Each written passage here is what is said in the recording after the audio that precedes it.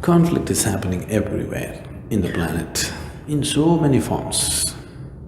Between two countries it is happening, between two communities it's happening, within the family it is happening, within you it's happening, yes?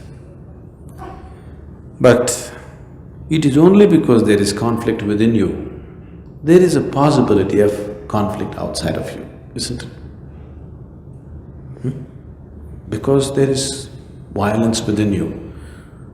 Violence is possible in the world. If there was no violence at all in you, would violence be possible in the world? No. So we just have to look at the conflict within. If we just settle this, outside conflict will slowly settle. It'll take some time because we have put a certain momentum to it. But it has to settle, isn't it?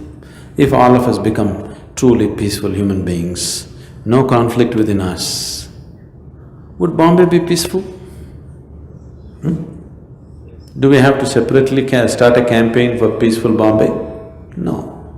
If people were peaceful, society would be peaceful, isn't it? So what is the conflict?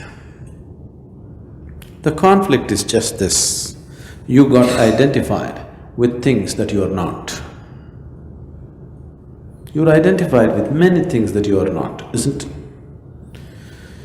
Right now, let's say this vessel belongs to you. You don't just hold it as a vessel. Let us say this vessel came to you from your great-great-great-grandfather. Now this is not just a vessel, yes? You're identified with it. If I just grab this vessel and go away, you're willing to die to get this vessel, isn't it so? Because you're so identified with this vessel now, if I just break this vessel, your heart will break. Just see with how many things you have done this.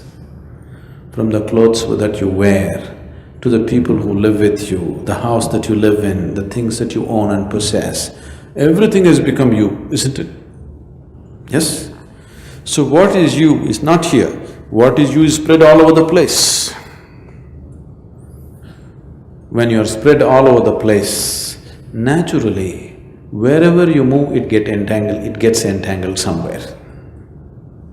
Yes? When what is you is so spread out, whichever way you go, every doorway you will get stuck.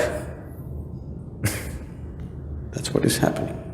That's why there's constant friction and conflict, because you're identified with so many things that you are not. When I say you're identified with things that you are not, it also includes your mind, it also includes your body. Your thoughts are not yours, please see. Your emotions are not yours, please see. These are all things that you picked up from outside and identified yourself with, isn't it so? Yes? Your body is not yours, it is something that you picked up from outside. If you sit here and you're not identified with anything, you are simply yourself. You are not identifying yourself with anything, or you are not getting into your make-believe situation of being something that you are not.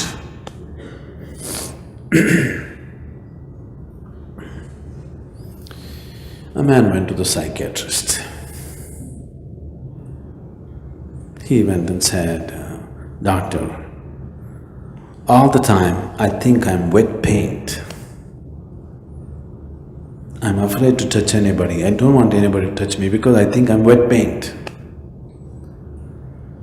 Then the doctor said, "That's no problem, I will treat you." 6 months, the doctor gave him very expensive treatment. Then slowly the patient felt better. And then he one day came and said, "Doctor, I'm just feeling fine. I don't feel like that anymore. Thank you very much." He paid his bill and he wanted to shake his hands. The doctor said, "I don't want to get wet paint on my hands."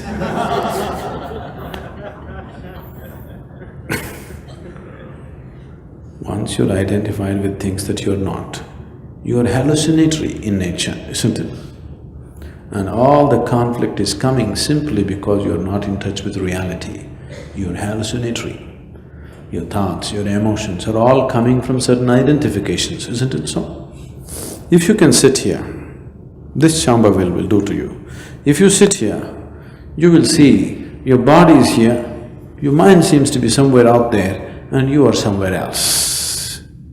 That means you've gotten disidentified with everything. You're just there. Once you're not identified with the body, once you're not identified with the mind, can there be conflict? If you've known any kind of suffering in your life, the suffering has either entered you through your body or through your mind, isn't it so? Do you know any other kind of suffering? Once there is a distance between you and your body, once there's a distance between you and your mind, this is the end of suffering. This being cannot suffer anymore.